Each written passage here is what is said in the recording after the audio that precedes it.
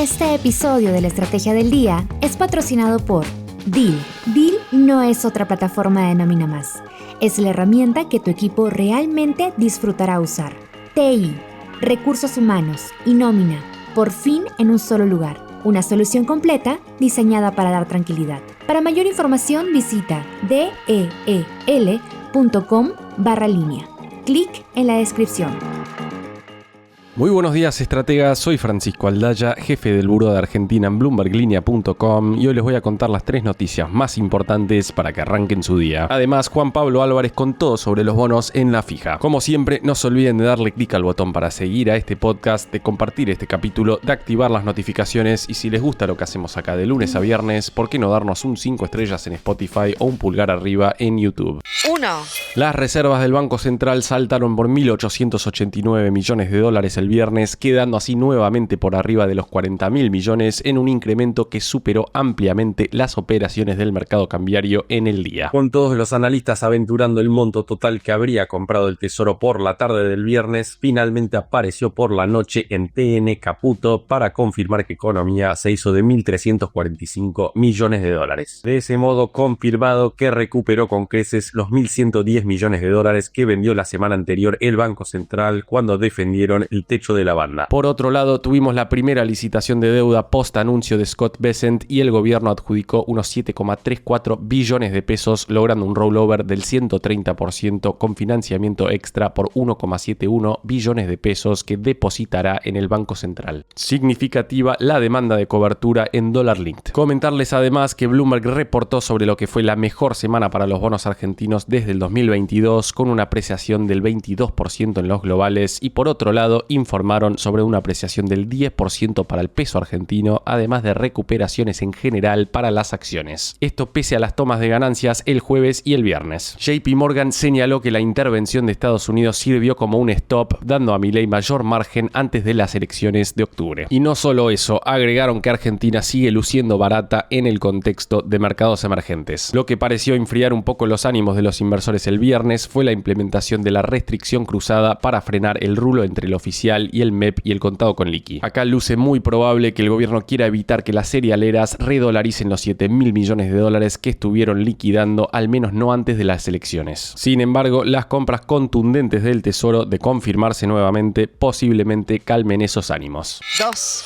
El gobierno aprobó el viernes el primer proyecto de cobre en el marco del RIGI. Estamos hablando de los azules de la canadiense McEwen junto con Stellantis, que tiene el 18,3%, y una subsidiaria de Río Tinto con el 17,3%. La inversión prevista alcanza los $2.700 millones según el comité evaluador del gobierno, aunque el proyecto total llegará a $3.000 millones. Caputo destacó que va a emplear a más de 3.500 personas entre directos e indirectos y aportará exportaciones por $1.100 millones anuales. Ubicado en la cordillera de los Andes sanjuanina, a 3.500 metros de altura y 6 kilómetros de la frontera con Chile, Los Azules es considerado clase mundial, pero su desarrollo estuvo demorado por los vaivenes macroeconómicos de la Argentina. McEwen proyecta producir 322 millones de libras de cátodos de cobre anuales durante 27 años de vida útil, con el 50% destinado a abastecer a la industria argentina. Es el octavo proyecto aprobado bajo el RIGI, sumando inversiones totales por 15.700 millones y el primero de cobre, mientras aguardan la aprobación otros 2 de Glencore. 3. Y ahora escuchemos parte de la entrevista que le hizo Mariano Espina a Felipe Bayón, ex CEO de Ecopetrol y actualmente máximo ejecutivo de la petrolera colombiana GeoPark, que anunció la semana pasada la compra de 2 bloques de Pluspetrol en Vaca Muerta. En primer lugar, Mariano le preguntó por las inversiones previstas y qué significa Vaca Muerta para GeoPark. La entrada de GeoPark a Vaca Muerta con el anuncio que hicimos en el día de ayer le permite a la compañía retomar la senda de crecimiento, y en ese sentido es una movida estratégica y es una movida transformacional. Y definitivamente nos permite construir sobre un negocio que tenemos, un negocio muy sólido, un negocio que funciona muy bien, con algo que es absolutamente espectacular y es esa posibilidad de tener presencia en Vaca Muerta y en los no convencionales en Neuquén, Argentina. ¿Y cómo está viendo el clima de inversiones en Argentina? También con un contexto del petróleo volátil. Digamos que esta industria tradicionalmente y en la historia siempre ha estado, en climas donde hay volatilidad, donde las cosas suben, las cosas bajan. Nosotros tenemos una visión de mediano y largo plazo. Creemos que algunos de los anuncios recientes han permitido que las cosas bajen un poco más, se estabilicen, pero pues tenemos un compromiso de largo plazo con esta inversión, con ser uno de los jugadores adicionales en este ecosistema en Neuquén, poder no solo traer la inversión y el conocimiento, también poder operar y nuevamente que sea para Geopark una movida estratégica y que nos permita seguir transformando la compañía. Antes de pasar a la fija, veamos rápidamente cómo van a abrir hoy los mercados. El S&P Merval subió 1,3% el viernes. Fue una jornada bien roja para las acciones argentinas en Wall Street, con caídas de hasta 7,2% para Superbill y solo 2 subas de hasta 3,6% para Globant. Los bonos ley Nueva York cerraron con rojos de hasta 3,5%. El dólar blue va a abrir cerca de los 1.410 pesos, el MEP en 1.382 y el contado con liqui en 1.402 pesos. En cuanto al dólar oficial, el minorista cerró en 1.350 y el mayorista en 1.326, mientras que el riesgo país quedó cerca de los 1.058 puntos. La fija. Y ahora, Juan Pablo Álvarez, contanos por favor qué está pasando en el mundo de los bonos. Buenos días, inversores, vamos a hablar de bonos. Venimos de días recontra archi movidos. Si miramos el consolidado de la semana pasada, podríamos hablar de un salto casi que histórico en el precio de los bonos, desde niveles paupérrimos, desde ya, aunque queda un sabor agridulce si tenemos en cuenta que los últimos días fueron muy flojos. Para resumir, el riesgo país había tocado el viernes 19 de septiembre los 1.516 puntos intradiario y terminó el viernes 26 de septiembre por debajo de 1.060, por lo que uno tendería a decir buenísimo, sí y no, ya que el miércoles 24 de septiembre el riesgo país había caído hasta 839 puntos intradiario, lo que deja a las claras que hubo una fuerte caída en el precio de los bonos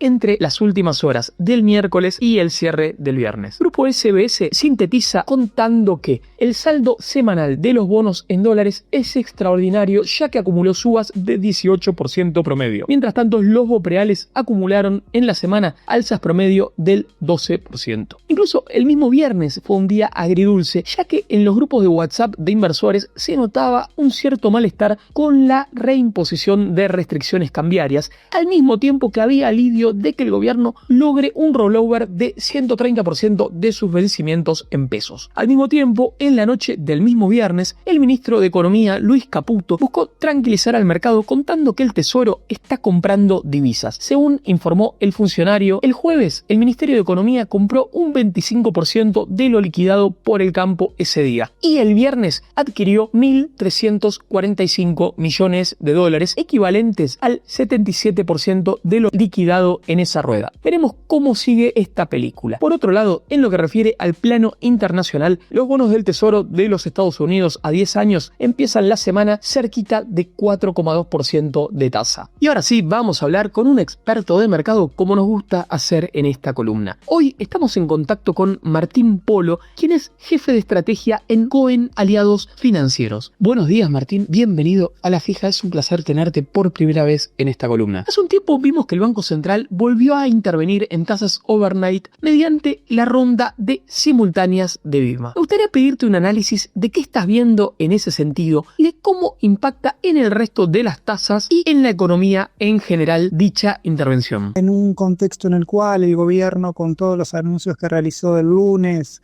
no solo por el acuerdo o por lo menos con el apoyo recibido tan contundente del Tesoro americano, como más importante aún también es esa medida de aumentar, de eliminar las retenciones a las exportaciones agrícolas, cambió un poco el escenario, sobre todo de cara a octubre, en el cual, bueno, obviamente muchas variables cambiaron y, bueno, un mercado tan volátil, obviamente esto incidió en el mercado de pesos. Lo más importante me parece acá es que, bueno, un poco corriendo el escenario de una crisis cambiaria, ¿no? Un tipo de cambio que se había ido muy alto, obviamente eso presionaba a todos los activos en pesos y, bueno, en ese sentido las tasas de interés también acusaban recibo, aunque lo cierto es que desde hace 15 días habían dejado de subir y se estaban estabilizando. En ese contexto me parece que el Banco Central ahí sí acomodó el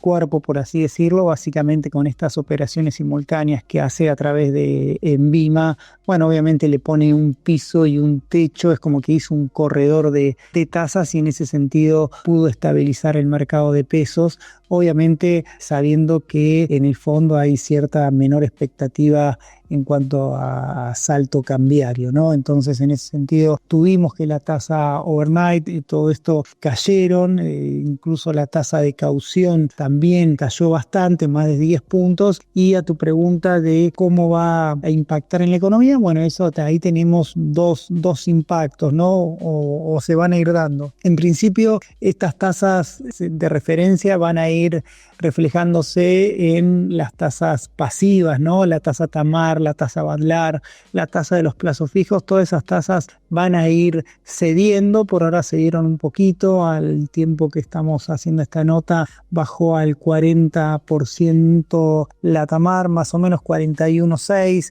al menos al cierre del jueves. El viernes más o menos debe haber andado por ahí, así que todo ese contexto también te va a llevar también a que más adelante se refleje en las tasas activas, ¿no? La tasa de adelantos de empresas y la tasa de préstamos personales que habían hecho un fuerte pico, pero que también habían cedido bastante. También, bueno, eso también puede generar que se distiendan y en esa distensión un poco ayude al nivel de actividad. Entonces, la dinámica de las tasas en pesos va a depender también de la dinámica que tenga la demanda de dinero y para eso es necesario credibilidad del plan del gobierno con el apoyo de Estados Unidos y que el mercado cambiario está bajo control. Bueno, eso no disipe las expectativas del mercado, ¿no? Mientras eso siga ocurriendo, las tasas van a estar tranquilas. Está claro en respecto a esto último que también la demanda de pesos un poco también va a mirar de reojo qué es lo que pase con las brechas cambiarias que el viernes a mitad de rueda arrancaron con esta nueva limitación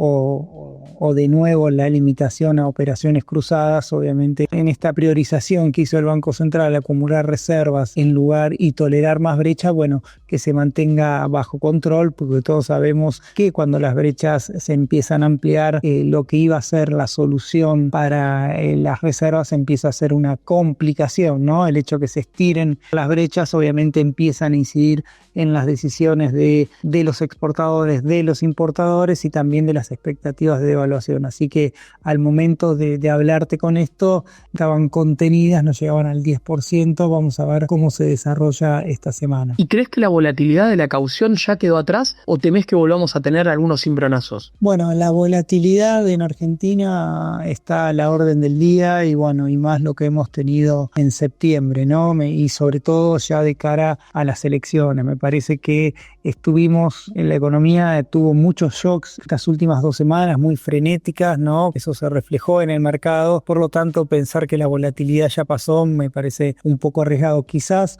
pasó lo peor, pero bueno, nunca se sabe en Argentina. A ver, conceptualmente me parece que si el gobierno logra convencer al mercado de que con este shock de oferta del agro y que pudo comprar un montón de dólares el tesoro y acomodó el cuerpo ahí con las reservas internacionales, el mercado si le empieza a dar ese punch de credibilidad, me parece que eso podría generar que se estabilice la demanda de pesos y con eso las tasas de caución vuelvan también a un sentido mucho más estable y previsible. Pero bueno, en el medio vamos a tener muchos factores incidiendo o por lo menos interpelando esa tranquilidad de los últimos días que, como te dije en la otra respuesta, por un lado tenemos que ver la dinámica que toma la brecha cambiaria, por otro la dinámica política, a ver si el gobierno puede un poco generar una expectativa de mejor gobernabilidad, algo que es su punto débil, y también del otro lado que la oposición en el Congreso no le siga un poco dinamitando, un poco exagerando el punto, ¿no? El plan fiscal. Así que bueno, si me preguntás, creo que puede venir un periodo de más estabilidad, pero son estabilidades cortas. Me parece que lo que se tiene que definir acá es, bueno, el camino a octubre va a ser bastante entre tranquilo pero interpelado continuamente, y ya con las miradas puestas en qué va a pasar después de octubre con el gobierno y su política económica. Martín, te pido ahora un análisis de la licitación que tuvimos el viernes. Bueno, en este contexto también el gobierno tiene su propia tarea, su arduo trabajo para hacer, que es un perfil de vencimientos de la deuda de pesos bastante cargado. Todas las semanas tiene vencimientos fuertes y obviamente no puede soltarle la mano mucho a los pesos, básicamente porque el temor es que esos pesos vayan a buscar el tipo de cobertura, ¿no? Entonces, en ese sentido, la licitación que tuvimos el viernes, bueno, el gran protagonista ahí fueron los bonos ajustables por tipo de cambio, los dólar link, que se llevaron más de la mitad de lo licitado, en un resultado de licitación en el cual el gobierno pudo renovar más de lo que vencía. Le dio una tasa de rollover del 130%, eso es bueno porque estaría retirando pesos del mercado. Obviamente por el otro lado está inyectando, ¿no? Porque el hecho de que el Tesoro esté comprando esos dólares, si bien no me mueven la base monetaria porque ya habían sido emitidos, le está generando que esos pesos pasen de que estén en el Banco Central a que estén en la calle. De todas maneras es una cuestión que contiene la presión o por lo menos estas licitaciones ayudan a contener un poco esos pesos que están en la calle. Así que me parece que de cara a las próximas licitaciones el gobierno, bueno, va a tener que ir desafiando esa necesidad de cobertura que van a tener los inversores, porque ya estamos acá a la vuelta de la definición de octubre y creemos que después de octubre el gobierno va a tener que hacer un reseteo del programa económico. ¿Y qué nos está diciendo hoy la curva a pesos de lo que espera el mercado para la economía argentina? Obviamente marca mucha volatilidad, pero en términos generales me parece que la curva de pesos siempre estuvo bastante alineada con el gobierno en el sentido de que nunca preció una disparada de la inflación ni tampoco una disparada del tipo de cambio, más allá de que en algunos momentos de esta última semana, obviamente con la incertidumbre que tuvimos, había varias cotizaciones que implicaban un tipo de cambio por encima de la banda. Me parece que en ese contexto, hoy por hoy la curva le está mostrando un camino de una inflación un poquito, bueno, vamos a ver ahora cómo cambió en la última semana, pero bastante tranquila en materia de inflación, un poquito más alta, pero siempre en torno al 2% más o menos mensual para los próximos 6 meses, incluso algunos meses muy, muy beneficiosos, y también lo mismo con la dinámica del tipo de cambio. No esperan ningún mes con un salto cambiario, sí un mayor ritmo de depreciación, pero bueno, hasta el cierre del viernes tuvimos que al menos hasta enero estaría por debajo o en línea con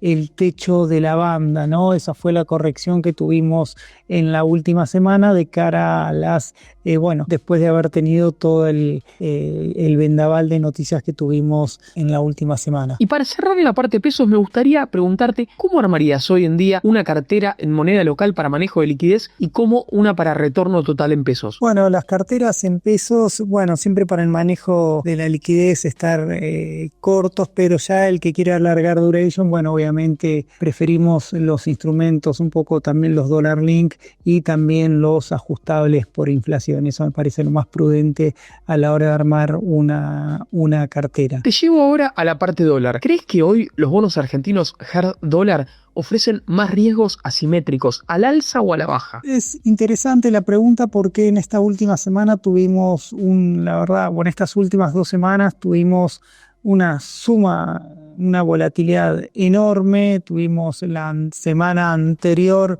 habían caído los bonos más, se habían derrumbado, la semana pasada volaron, aunque en las últimas 2 ruedas o 3 ruedas un poco hicieron cierta toma de ganancia, ajustaron un poquito, pero bueno, en términos generales sigue siendo ese ida y vuelta que tienen los bonos, y por eso tenemos el riesgo país que aún sigue por encima de los 1000 puntos básicos. Nuestra perspectiva perspectiva para los bonos somos constructivos, creemos que el apoyo recibido por el Tesoro americano, sumado a lo de los organismos internacionales, sumado a esto que hizo el gobierno con eliminar las retenciones y demás, creemos que ahí el gobierno reaccionó en cuanto a que tiene que acumular reservas lo antes posible. Me parece que ese es el driver principal, y si de acá en los próximos meses el gobierno logra ese objetivo de acumular reservas internacionales, los que creemos que eso le pone un soporte a los bonos en dólares, sobre todo porque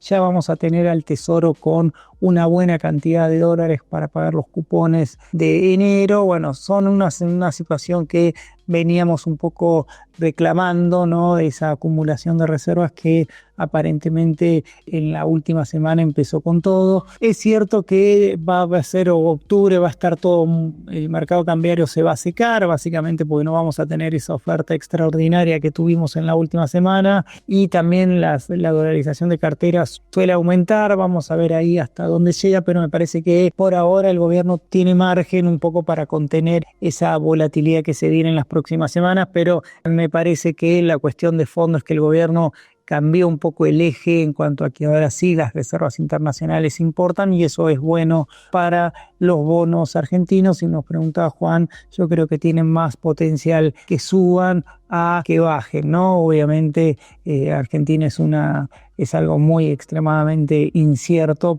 depende en qué semana te toque, pero si hacemos al mediano plazo, a mí me parece que Argentina va para más un riesgo país de 600 puntos básicos que de los 1500 que estuvo la semana pasada. Es cierto también que el piso del riesgo país con los últimos acontecimientos políticos y que podrían venir también le tienen un piso más alto de lo que esperábamos hace 3 meses. Así que en ese sentido, por eso Argentina sigue siendo un país riesgoso, pero ahora cuando estamos haciendo esta nota con un riesgo país arriba de 1000, me parece que tiene más un upside que un downside. Si finalmente se avanza con un préstamo en torno a los 20.000 millones de dólares por parte del Tesoro estadounidense, ¿crees que estaría cubierto todo el periodo Milei en materia de vencimientos? Yo no creo que la plata del Tesoro se use para esos fines. A mí me parece que es un disciplinador, es un respaldo que te da el Tesoro, y obviamente es como para disuadir al mercado en cuanto a que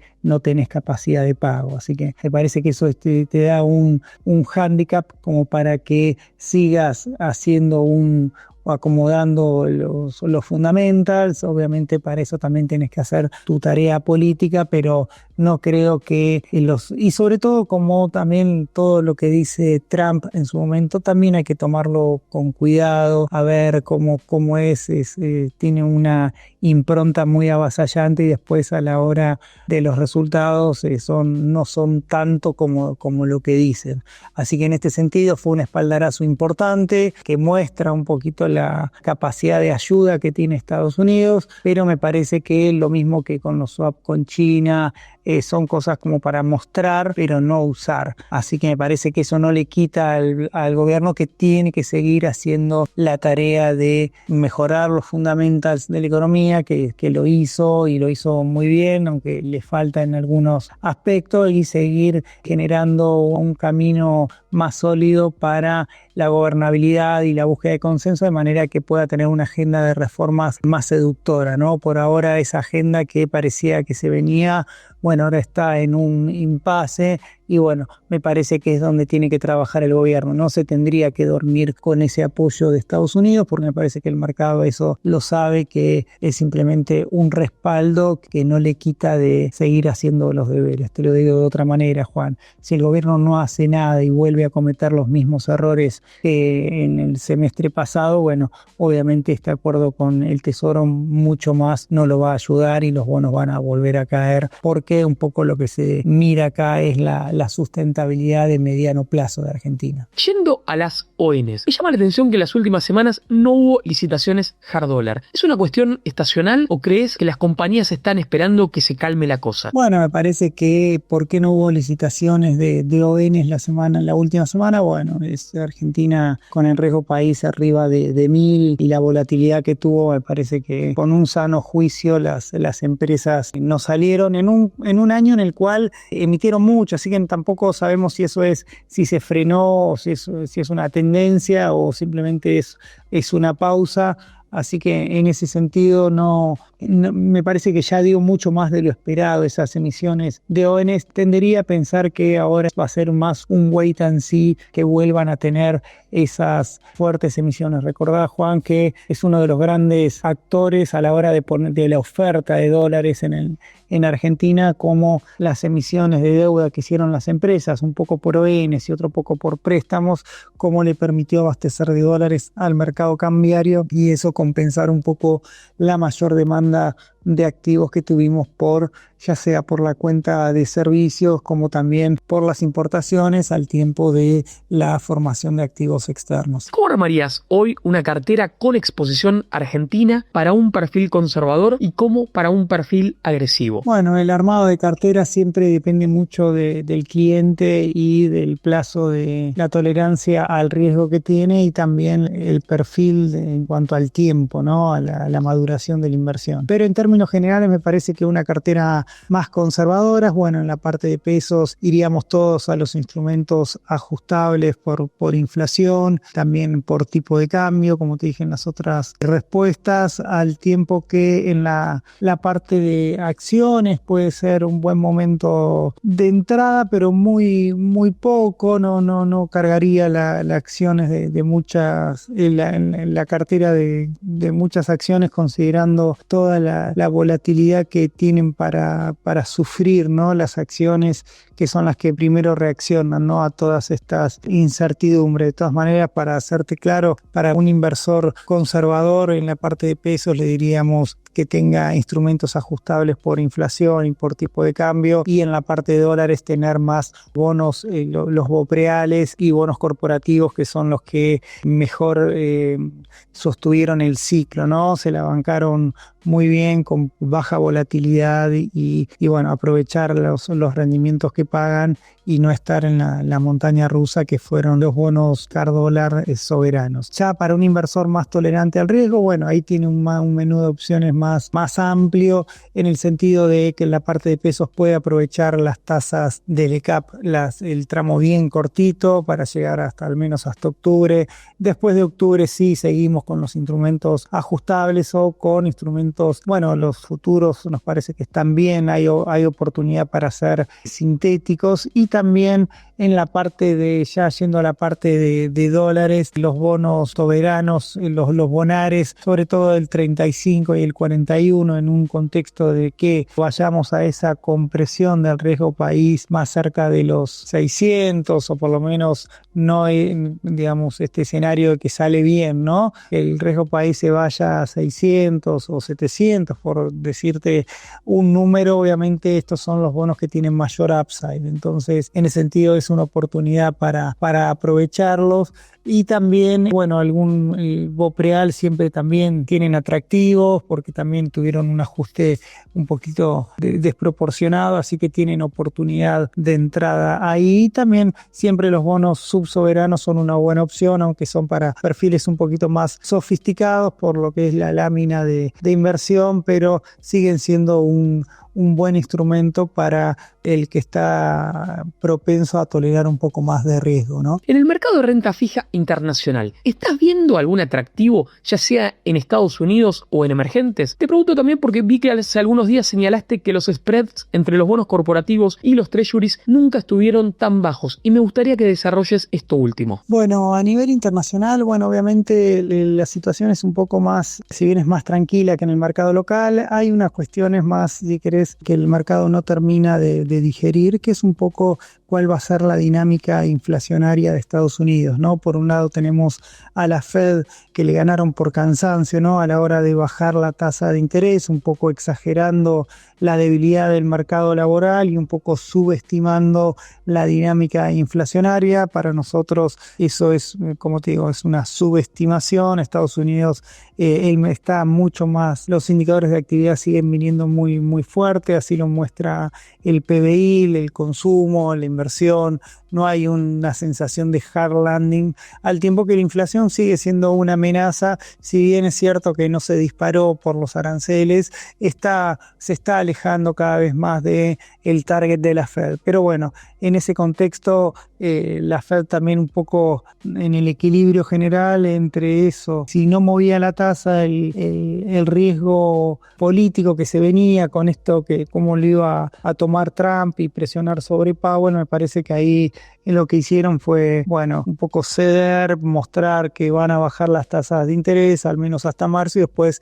se verá. Así que en ese contexto, más por presión que por convicción, me parece que vamos a un contexto de tasas de interés más bajas en Estados Unidos. Obviamente que las tasas de interés sean más bajas favorece también a toda la renta fija en general. Es cierto que los bonos corporativos un poco sumaron ese doble efecto, ¿no? Una expectativa de menores tasas al tiempo que los balances corporativos vienen siendo muy sólidos, entonces eso le da soporte a todas las inversiones, tanto de acciones como en bonos corporativos de alto y bajo rendimiento, tal como marcamos ahí con el spread, en el cual que está rompiendo nuevos mínimos, ¿no? Todo el año estuvo rompiendo mínimos, por lo tanto también ahí hay tomar cierta precaución a la hora entre corporativos y bonos del tesoro. Me parece que los corporativos un poco que se fueron un poquito, como que se encarecieron un poquito.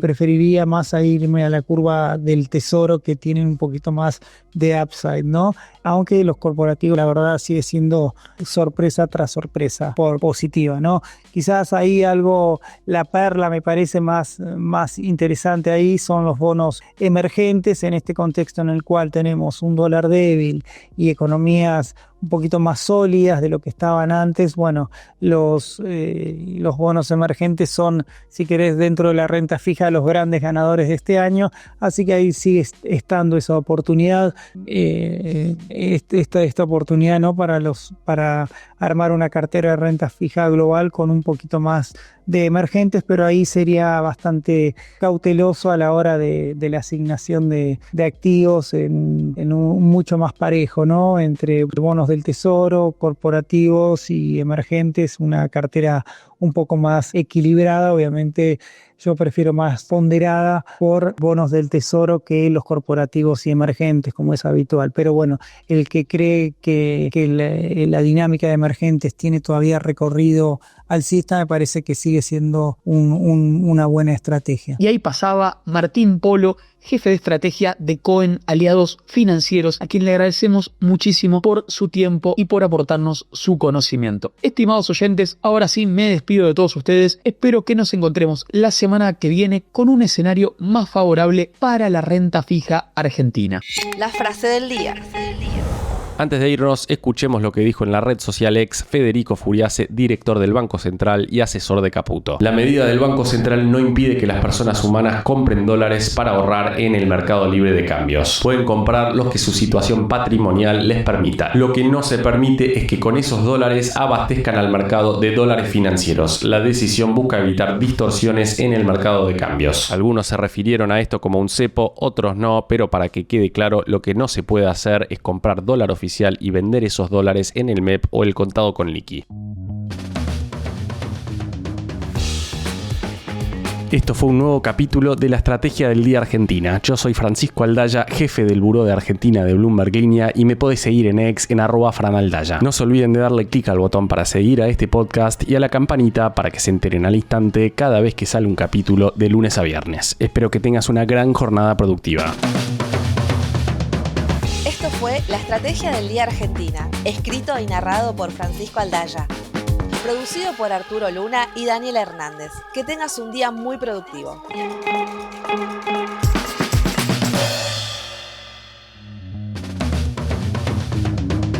Este episodio de la Estrategia del Día es patrocinado por Deel. Seamos honestos, la mayoría de los softwares de recursos humanos no son precisamente agradables de usar. Deel es diferente, es nativo en IA, siempre está en cumplimiento y crece contigo, ya sean 5 o 50,000 personas. TI, recursos humanos y nómina, todo en una plataforma que simplemente funciona. Compruébalo en del.com/línea. Para mayor información, haz clic en la descripción.